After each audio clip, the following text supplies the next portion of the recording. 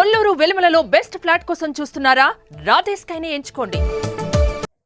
మేము భారత ప్రభుత్వానికి ఇవాళ ధర్మేంద్ర ప్రధాన్ గారిని కలిసాం, అందరం కూడా కలిసి కేంద్ర హెచ్ఆర్డి మినిస్టర్ గారు వారికి ఏం విజ్ఞప్తి చేశామంటే ఈ యూజీసీ మార్చే ప్రయత్నం ఏదైతే చేస్తున్నదో నిబంధనలు, అందులో మొట్టమొదటిది మాకు అభ్యంతరకరమైనది ఏమి అంటే భవిష్యత్తులో రాష్ట్రాల యొక్క హక్కులను హరిస్తూ ప్రజాస్వామిక అదేవిధంగా సమాఖ్య స్ఫూర్తికి విరుద్ధంగా అన్ని విశ్వవిద్యాలయాల్లో కూడా, రాష్ట్ర విశ్వవిద్యాలయాల్లో కూడా, స్టేట్ యూనివర్సిటీస్లో కూడా సెర్చ్ కమిటీలకు, వైస్ ఛాన్సలర్ నియామకానికి సంబంధించి సెర్చ్ కమిటీలకు రాష్ట్ర గవర్నర్ గారికే బాధ్యత పెడుతూ ఒక నిర్ణయం తీసుకుంటున్నారు.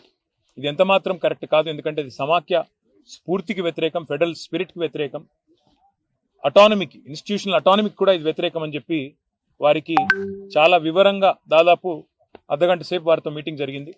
చాలా వివరంగా మేము వినోద్ కుమార్ గారు, సబితా గారి నేతృత్వంలో మా పార్టీ ఆఫీస్లో చాలామంది అకాడమిషియన్స్తో, చాలామంది విద్యార్థి సంఘాల నాయకులతో ఏదైతే సమావేశం జరిగిందో ఆ విషయాలన్నీ కూడా సావధానంగా వారికి వివరించి చెప్పాం.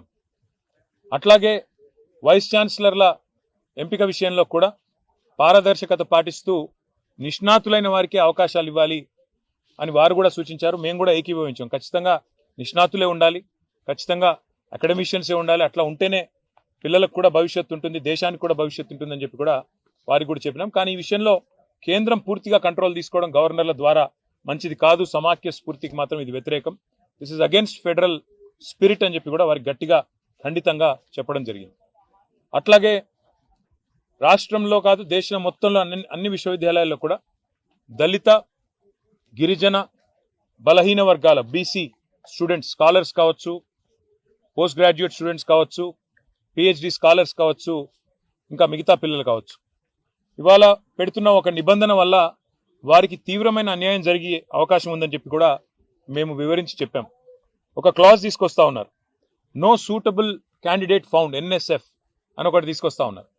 అంటే ఈ విచక్షణాధికారం మరి మనం ఆ విశ్వవిద్యాలయానికి వదిలేసినట్టయితే వారి ఇష్టానుసారంగా అవసరమైతే అప్పుడప్పుడు అబ్యూస్ చేసి, వాళ్ళ ఇష్టం లేని వ్యక్తులు ఎవరైనా ఉంటే ఎన్ఎస్ఎఫ్ కింద తోసేసి అక్కడ అర్హత కలిగి ఉండి కూడా రాజకీయాల వల్ల కానీ, ఇతరత్ర కారణాల వల్ల కానీ, ఏదైనా ఇతర విషయాల వల్ల కానీ సూటబుల్ ఎస్సీ, ఎస్టీ, ఓబీసీ క్యాండిడేట్లకు అన్యాయం జరిగి ఇతర కమ్యూనిటీస్లో ఉండే వారిని, ఇది మంచిది ఎంతమాత్రం కాదు.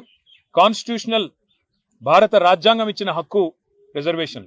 మరి అట్లాంటి పరిస్థితుల్లో ఈ రకమైన ఒక నో సూటబుల్ క్యాండిడేట్ అనే ఒక నిబంధన తీసుకొచ్చి ఎస్సీ, ఎస్టీ, ఓబీసీ అర్హత కలిగిన విద్యార్థులకు అన్యాయం జరిగితే ఇది మంచిది కానే కాదని చెప్పి కూడా వారికి వివరంగా చెప్పాం.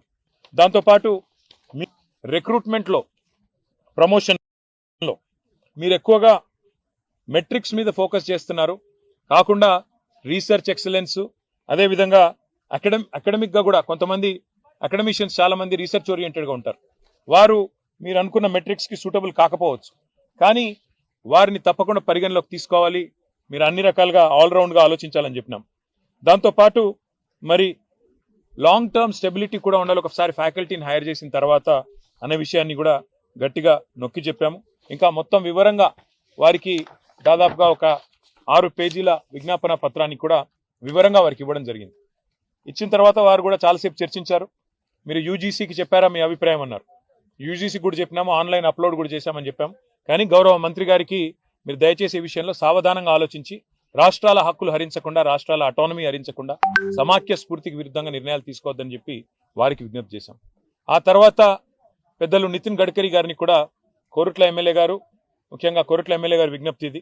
ఇవాళ ఒక జాతీయ రహదారి జనగామ నుంచి బయలుదేరి ఇవాళ కోరుట్ల దాకా పోయే అవకాశం ఉన్నప్పటికీ సిరిసిల్ల కాడనే టర్మినేట్ అవుతా ఉంది, NH 365B. గతంలో వినోద్ కుమార్ గారు పార్లమెంట్ సభ్యులుగా ఉన్నప్పుడు ఇన్ ప్రిన్సిపల్ అప్పటి ప్రభుత్వం ఇదే గడ్కరీ గారు అంగీకరించారు. మరి ఇప్పుడు సిరిసిల్ల నుంచి కోరుట్ల దాకా పొడిగించినట్టయితే మార్గమధ్యంలో వేములవాడ ఉంది, జగిత్యాలలో కొండగట్ట ఆలయం ఉంది, పక్కనే ధరంపూర్లో లక్ష్మీనరసింహస్వామి ఆలయం ఉంది.